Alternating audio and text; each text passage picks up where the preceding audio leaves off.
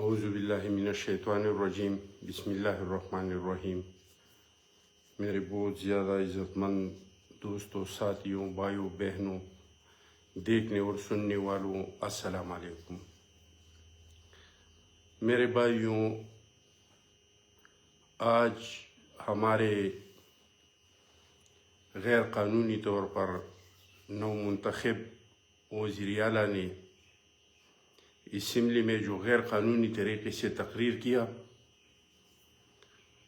تو اس میں بار بار دو ناموں کا ذکر کیا کہ میرے نام کے ساتھ کوئی بھٹو نہیں ہے، میرے نام کے ساتھ کوئی زرداری نہیں ہے، اور میں وزیر اعلیٰ بن گیا تو ہمیں مجبوراً اس پہ رسپانس کرنا پڑا تاکہ ہم ریکارڈ کو درست کریں۔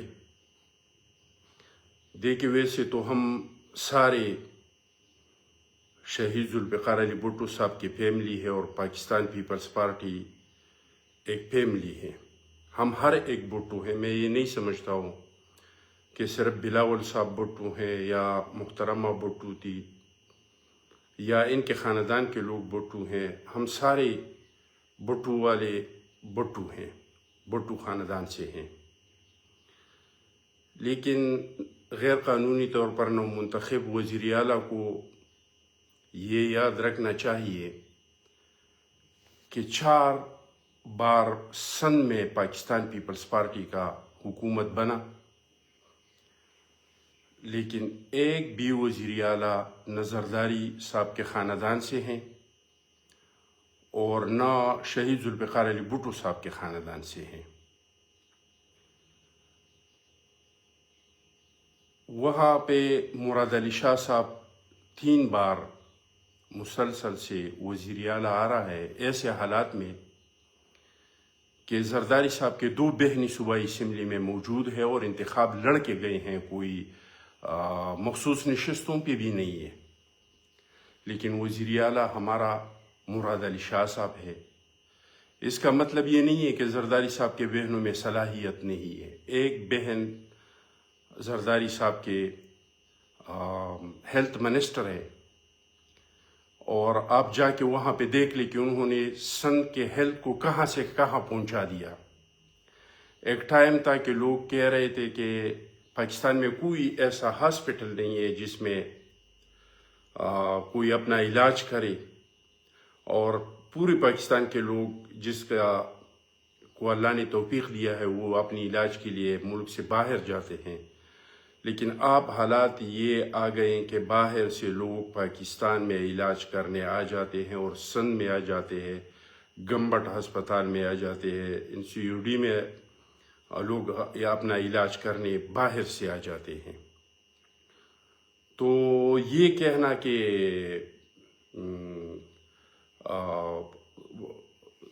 میں عمران خان کے خاندان سے نہیں ہوں اور میں وزیر اعلیٰ بنا اور دوسرے پارٹیاں نہیں بناتے ہیں، تو سندھ کا مثال آپ کے سامنے ہے جو مراد علی شاہ صاحب ہے۔ اس کا انتخاب پیپلز پارٹی کیپیبلٹی اور کیپیسٹی کی بنیاد پہ انتخاب کرتے ہیں، کوئی علاقائی یا نسلی اس بنیاد پہ ان کا انتخاب نہیں ہوا ہے کہ یہ کون سی ضلع سے ہیں اور کس قوم سے ہیں اور کس ذات سے ہیں۔ اس کو دیکھا گیا ہے کہ اس میں صلاحیت، کیپیبلٹی، کیپیسٹی یہ ہے یا نہیں ہے کہ یہ سندھ کے عوام کے مسائل کو حل کرے۔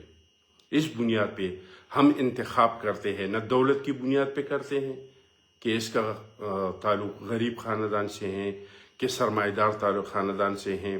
ہم یہ دیکھتے ہیں کہ جس پوسٹ پہ جس بندے کو ہم لا رہے ہیں، کیا یہ بندہ اس پوسٹ کا اہل ہے یا نہیں ہے، تو اس بنیاد پہ پاکستان پیپلز پارٹی انتخاب کرتے ہیں۔ اور آپ دیکھ رہے ہیں کہ 2 بہنوں کے ہوتی ہوئی بھی مسلسل مراد علی شاہ صاحب سندھ کا وزیر اعلیٰ ہے، اور وہ جس طرح انہوں نے سندھ صوبے کو ڈیلیور کیا وہ کوئی سوچ بھی نہیں سکتا ہے۔ انہوں نے ترکا جو منصوبہ شروع کیا ہے، جو 3000 میگا واٹ بجلی پوری پاکستان کو دے رہی ہیں، وہاں کے، اور خاموشی سے وہ لوگ نہ ٹک ٹاکے بناتے ہیں، نہ گالم گلوچ کرتے ہیں، نہ شور شرابہ کرتے ہیں، اپنے کام پہ لگے ہیں۔ لوگ تنقید کرتے ہیں وہ اپنے کام سے جواب دیتے ہیں.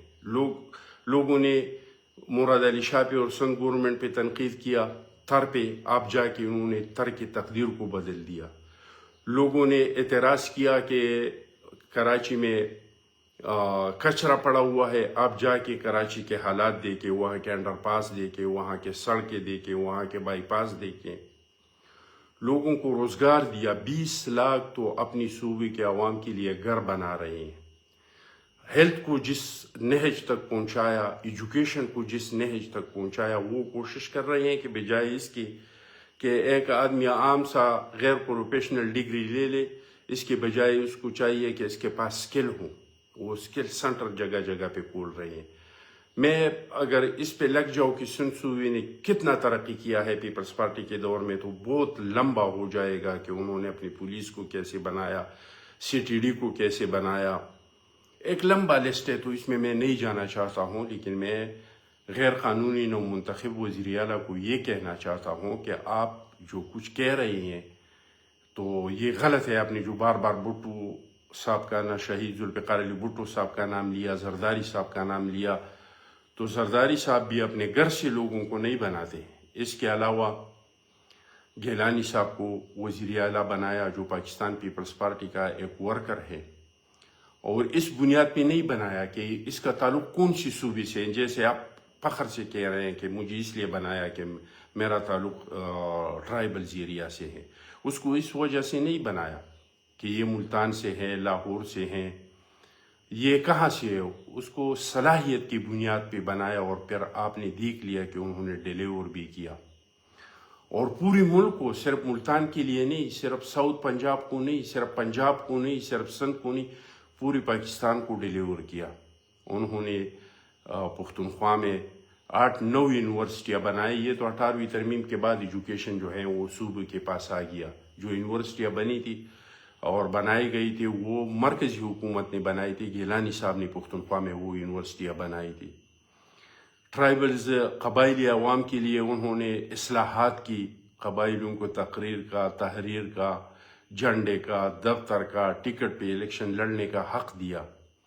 قبائلی عوام کو وکیل کا، اپیل کا اور دلیل کا حق دیا. وہاں پہ ایک ٹرائبلز کورٹ بنایا جس میں آپ وکیل کو رکھ سکتے تھے اور جج کے سامنے اپنی دلیل کو اور اپنے مقدمے کو پیش کر سکتے تھے. تو صلاحیت کی بنیاد پہ بنایا. انہوں نے 18ویں ترمیم کیا. انہوں نے 5 سال تمام اپوزیشن جتنے بھی قانون سازی کی اناپوز کی. تو انہوں نے ثابت بھی کر دیا کہ پیپلز پارٹی کا جو انتخاب ہوتا ہے وہ قوم یا صوبے یا اس بنیاد پہ نہیں کرتے، صلاحیت کی بنیاد پہ کرتے ہیں. اور جس کو منتخب کرتے پھر وہ ڈیلیور بھی کرتے ہیں. گیلانی صاحب کے دور میں، زرداری صاحب کے دور میں سوات پہ پاکستان کا جھنڈا لگایا گیا. ٹرائبلز ایریا میں جو ریٹ آف دی گورنمنٹ ختم ہو چکا تھا، جو ہر روز دھماکے ہوتے تھے، جو ہر روز ہم 20-20 25-25 لاشیں اٹھاتے تھے، جو ایک پختون دوسرے کو مارتا تھا، دوسرا پختون تیسرے کو مارتا تھا، وہ نسل کشی کا جو ماحول تھا اس کو ختم کر کے امن لایا ٹرائبلز ایریا میں. صوبے کے وہ پختونخوا کو، بلوچستان کو، چوٹی جو احساسی محرومی کے شکار صوبے ہے، ان کو ان کا حق دیا.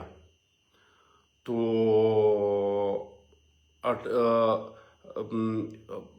پارلیمنٹ کو اختیارات دی. پریزیڈنسی میں جو اختیارات پڑے ہوئے تھے وہ پارلیمنٹ کو دلوایا، کیونکہ اس کو قوم کی بنیاد پہ، نسل کی بنیاد پہ، زبان کی بنیاد پہ نہیں بنایا تھا. اس کو بنایا تھا صلاحیت کی بنیاد پہ، اور انہوں نے ڈیلیور کر دیا. آپ ریکارڈ نکال دے گیلانی صاحب کے دور کے کہ گیلانی صاحب کے دور سے پہلے پاکستان کہاں پہ تھا، کس حالات میں تھا، کس پوزیشن میں تھا، اور پیپلز پارٹی کی حکومت کے آنے کے بعد 2008 سے 2013 تک پاکستان کس مقام پہ پہنچ گیا، کہاں کہاں پہ اس کو پہنچا دیا. تو کیونکہ اس کا انتخاب ہوا تھا نہ علاقائی بنیاد پہ، نہ لسانی بنیاد پہ، اس کا انتخاب ہوا تھا صرف اور صرف میرٹ پہ. تو آپ کا یہ کہنا کہ راجہ پرویز اشرف صاحب کو ہم نے وزیر اعظم بنایا، تو یہ کہنا کہ میرے نام کے ساتھ بھٹو نہیں ہے، میرے نام کے ساتھ زرداری نہیں ہے اور میں غیر قانونی وزیر اعلیٰ بن گیا، تو پاکستان پیپلز پارٹی نے بھی بھٹو فیملی کے علاوہ اور زرداری فیملی کے علاوہ وزیر اعلیٰ بھی بنائے ہیں، آج بھی ہیں، بلوچستان میں بھی ہیں، سندھ میں بھی ہیں، اور وزیر اعظم بھی بنائے ہیں۔ گیلانی صاحب کو بنایا، راجہ پرویز اشرف صاحب کو بنایا۔ دوسرا، غیر قانونی نو منتخب وزیر اعلیٰ نے اپنی تقریر میں اس چیز کا بہت زیادہ کریڈٹ لینے کا کوشش کیا کہ میں ایک غریب آدمی ہوں۔ بھائی، وزیر اعلیٰ اور یا وزیر اعظم یا کسی عہدے کے لیے غریب اور سرمایہ دار کا مسئلہ نہیں ہے، مسئلہ ہے صلاحیت کا، مسئلہ ہے کیپیبلٹی کا، کیپیسٹی کا۔ غریب تو آپ کا لیڈر بھی تھا، عمران خان صاحب بھی بہت غریب تھا، ان کے پاس بھی کچھ بھی نہیں تھا، نہ گھر تھا، نہ گاڑی تھی، ایک فلیٹ تھا، پتہ نہیں وہ کس زمانے میں لندن میں انہوں نے بیچا تھا۔ لیکن اب جا کے ان کی بہن کو دیکھ کے، علی خان کو دیکھ لے، ان کی زندگی کو دیکھ لے کہ کیسی زندگی گزارا ہے۔ اب جیل میں کس طریقے سے زندگی گزارتے ہیں، کوئی 9 لاکھ 11 لاکھ تو ایک بندے کا اس کا صرف جیل کا خرچہ ہے۔ تو آپ خود اندازہ کریں کہ باہر دنیا میں جو تھا اور ہیلی کاپٹروں میں گھومتا تھا اور باہر دنیا میں اور VIP قسم کی زندگی گزار رہا تھا، تو نہ تو اس کا سورس آف انکم تھا۔ تو آپ کے سارے جتنے MNAs ہے، MPAs ہے، منسٹر ہے، منتخب ہونے سے پہلے اس کے پاس کچھ بھی نہیں ہوتا ہے۔ ہمارے علاقے میں بھی آپ کے جو لوگ تھے، ان کے پاس بھی نہ گاڑی تھی، نہ گھر تھا، نہ پیسہ تھا، نہ بینک بیلنس تھا، کچھ بھی نہیں تھا۔ لیکن انتخاب کے بعد آج آ کے دیکھ لی کہ ان لوگوں کے پاس کیا کچھ ہے۔ آپ کا ایک وزیر تھا سوات سے، قصائی تھا، ایک دو سیر گوشت جو ہیں وہ بیچتا تھا، آج جا کے انہوں نے والی سوات کے محل کو خریدا ہے۔ تو یہ حقیقت ہے کہ آپ کے پاس کچھ نہیں ہوگا، مجھے نہیں پتا کہ ہے کہ نہیں ہے، لیکن انشاءاللہ تعالی ہمیں امید ہے کہ جس طرح پہلے بھی آپ کے جو MPAs تھے، MNAs تھے، وزیر اعلیٰ تھے، وزیر اعظم تھا، اس کے پاس بھی کچھ بھی نہیں تھا، لیکن آج ان کے پاس بہت کچھ ہے، تو آپ کے پاس بھی بہت کچھ جو ہے وہ آ جائیں گے۔ یہ کوئی پہلی بار نہیں ہے کہ آپ لوگوں کے پاس کچھ بھی نہیں تھا۔ انتخاب سے پہلے آپ کے بہت سارے لوگ ہیں، میں نام نہیں لینا چاہتا ہوں، لیکن لوگ جانتے ہیں کہ وہ کیسے تھے، کس حالات میں تھے۔ آج ان کے حالات کیا ہے، ان کے پاس کیا کچھ ہے۔ کچھ لوگوں نے تو ملک سے باہر بھی اپنا سرمایہ کو منتقل کیا ہے اور ملک سے باہر جو ہے انویسٹمنٹ کر رہے ہیں، حالانکہ ان لوگوں کے پاس کچھ بھی نہیں تھا، گھر چلانے کا بھی نہیں تھا، محنت مزدوری کرتے تھے۔ تو اس چیز کا یہ بہت کریڈٹ لے رہے تھے کہ میرے پاس کچھ نہیں ہے اور میں بہت غریب آدمی ہوں، اس میں کوئی شک نہیں ہے۔ لیکن یہ ہے کہ آپ کا لیڈر بھی ایسا تھا، اب اس کے حالات کچھ اور ہے۔ آپ کی MPAs بھی ایسے تھے، آپ کے منسٹر بھی ایسے تھے، آپ کے وزیر اعلیٰ گان جتنی گزرے ہیں وہ بھی ایسے تھے، ان لوگوں کے پاس کچھ بھی نہیں تھا، لیکن آج ان لوگوں کے پاس کرپشن کے رحم و کرم سے بہت کچھ ہے۔ دوسری بات یہ کہ وزیر اعلیٰ غیر قانونی طور پر نو منتخب وزیر اعلیٰ نے کا جو تقریر تھا وہ لگ نہیں رہا تھا کہ ایک صوبے کا چیف ایگزیکٹو تقریر کر رہا ہے۔ انہوں نے اپنی تقریر میں پختونخوا کو درپیش مسائل پہ کوئی روڈ میپ نہیں دیا، اس کا ذکر تک نہیں کیا۔ پختونخوا کے سب سے بڑے مسائل کیا ہے؟ سب سے بڑا مسئلہ پختونخوا کا امن و امان کا ہے، تو امن و امان پہ انہوں نے کوئی روڈ میپ نہیں دیا۔ لوگوں پہ تنقید ضرور کیا، آپریشن کا مخالفت ضرور کیا۔ تو اگر آپ سمجھتے ہیں کہ آپریشن نہیں ہونا چاہیے تو پھر آپ آج اعلان کرتے اپنی تقریر میں کہ جس آرٹیکل کے تحت ہم نے فوج کو اس صوبے میں بلایا ہے وہ آرٹیکل کو ہم واپس کر رہے ہیں، فوج جو ہے وہ اپنے بیرکوں میں واپس جائے، تو آپ اس آرٹیکل کو واپس لے لیں، تو اس کے بعد آپریشن خود بخود ختم ہو جائیں گے۔ لیکن نہیں، اگر آپ کہہ رہے ہیں کہ فوج کو ہم نے بلایا ہے، ہماری صوبے نے بلایا ہے آپریشنوں کے لیے، لیکن وہ ہماری مرضی سے آپریشن کرے، یعنی ہم اس کو بتائیں گے کہ آپ نے کون سے اسلحے کا استعمال کرنا ہے، کون سے اسلحے کا استعمال نہیں کرنا ہے، آپ نے کس طرح فائر کرنا ہے، کس طرح فائر نہیں کرنا ہے، آپ نے فائر میں کون کون سے گنز کو استعمال کرنا ہے، کون سے کو نہیں کرنا ہے۔ تو یہ قانون میں نہیں لکھا ہے، یہ آئین میں نہیں لکھا ہے۔ آئین میں یہ لکھا ہے کہ یا تو آپ فوج کو بلا سکتے ہیں یا فوج کو واپس کر سکتے ہیں، یہ دو آپشن ہے آپ کے پاس۔ اگر آپ فوج کو بلاتے ہیں تو آپ سیکیورٹی کا ایکسپرٹ نہیں ہے، پھر وہاں کی فوج میں جو سیکیورٹی کے ایکسپرٹ لوگ ہیں پھر وہ اس چیز کا تعین کرتے ہیں کہ میں نے کس طریقے سے آپریشن کو چلانا ہے، میں نے کون سے بندوق کا استعمال کرنا ہے، کس بندوق کا استعمال نہیں کرنا ہے۔ اور غیر قانونی منتخب چیف منسٹر کا اس چیز پہ بہت زور تھا کہ آپ دہشت گردوں کے خلاف تو کارروائی کریں لیکن اس کی سہولت کار جو ہیں اس کو کچھ نہیں کہے، کیونکہ ان کو پتہ ہے اور نہیں بھی ہو رہا ہے۔ ریاست سے ہمارا گلہ شکوہ تو یہی ہے کہ بھائی ہماری پشتوں میں ایک کہاوت ہے کہ اگر آپ نے فقیر کو مارنا ہے تو اس کا چادر چھین لو، وہ سردی سے خود بخود مر جائے گا۔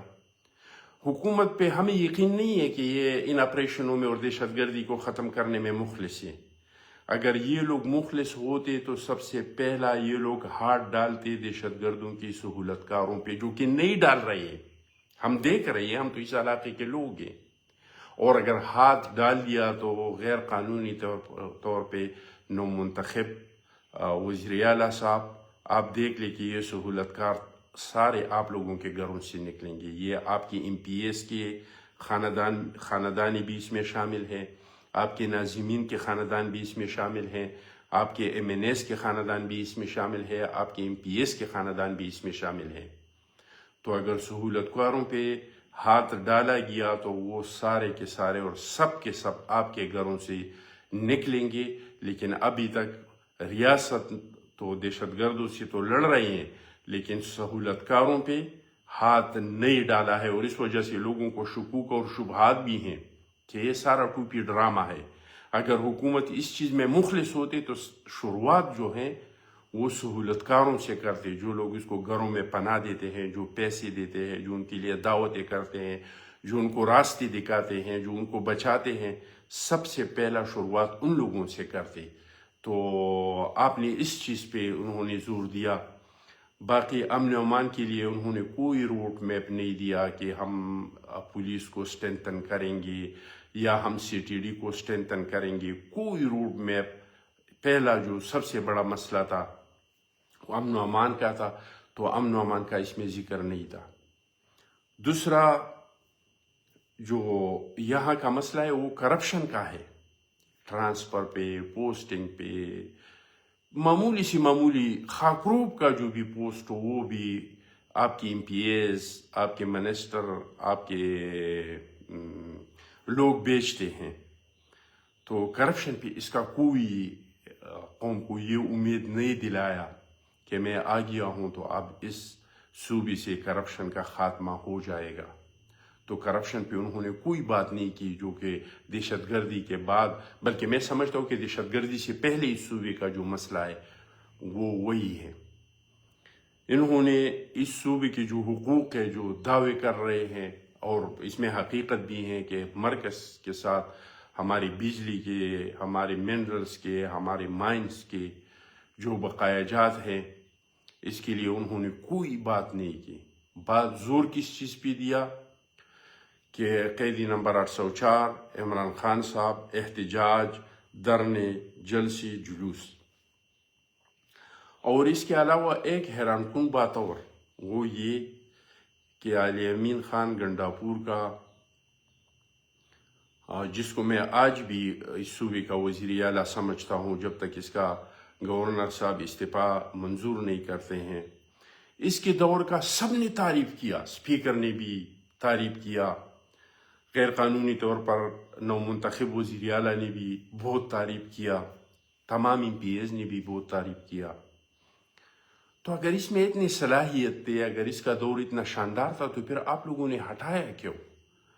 وہ ایک بندہ تھا، وہ بیل جو ہے وہ لے گیا میلے میں بیچنے کے لیے، تو وہ بروکر کے دلال کے حوالے کر دیا کہ اس کو بیچ دے، تو جو بھی گراہک آ جاتا تو وہ دلال جو تھا وہ اس کی تعریفی شروع کرتا کہ جی یہ اس طرح کا بیل نہیں ہے، یہ تو پتہ نہیں مغل بادشاہ کا ایک بیل تھا، اس کا نسل ہے، اور پھر وہاں سے جا کے پلانے نواب کو ملا، اور پھر پلانا چودھری کو ملا، اور اس نسل سے تعلق رکھنے والا بیل ہے۔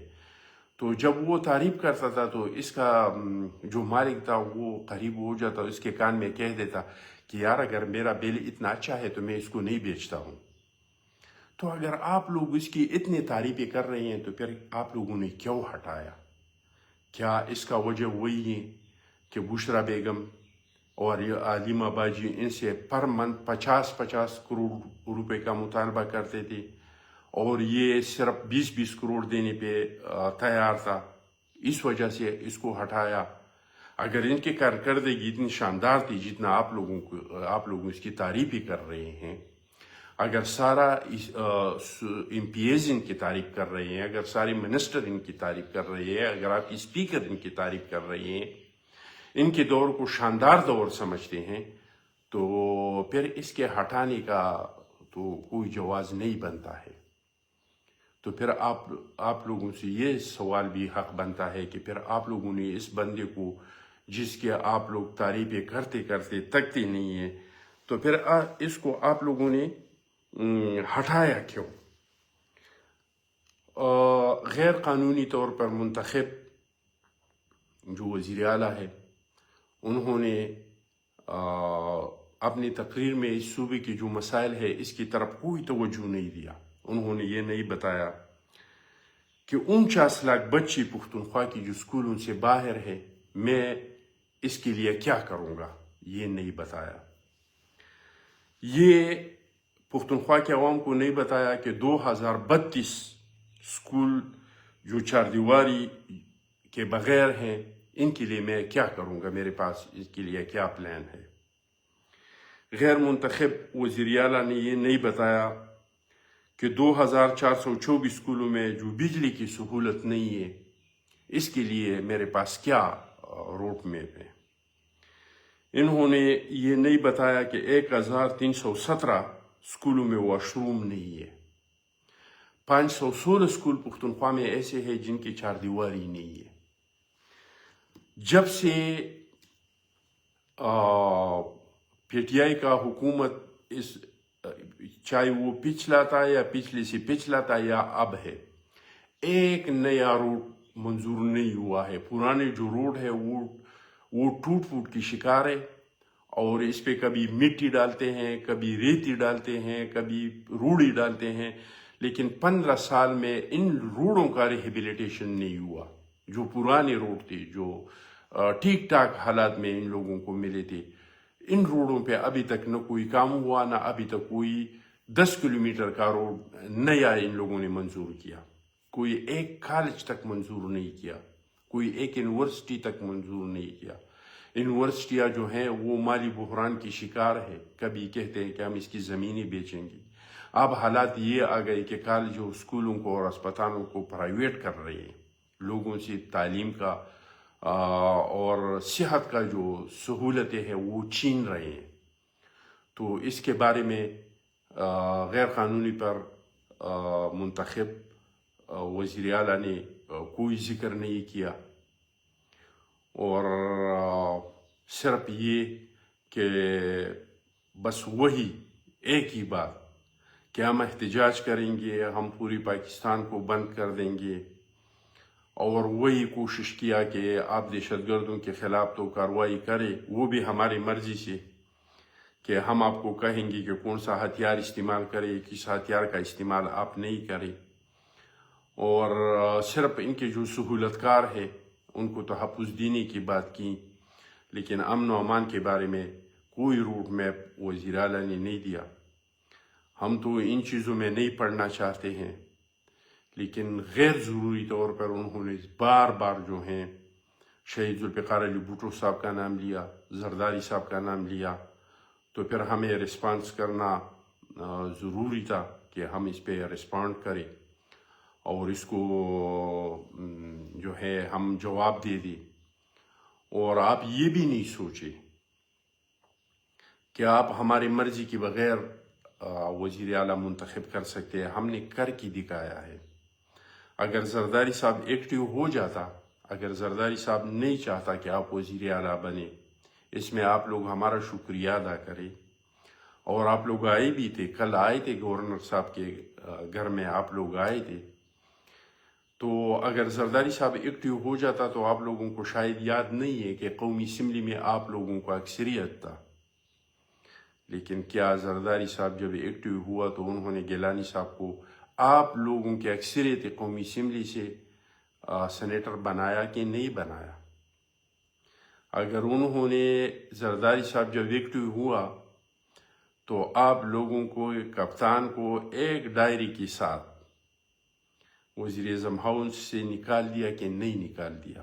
تو آپ لوگ ہمارا احسان مانیں اور جتنا آپ کے اوقات ہے اتنا بات کریں، اس سے زیادہ بات نہیں کرے۔ آج آپ نے چیئرمین شہید ذوالفقار علی بھٹو صاحب کا اور زرداری صاحب کا نام لیا۔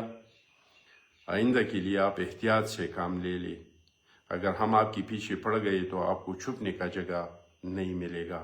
ہم مفاہمت کی سیاست کرتے ہیں، ہم گالم گلوچ کی سیاست نہیں کرتے ہیں، ہم شرافت کی سیاست پہ یقین رکھتے ہیں۔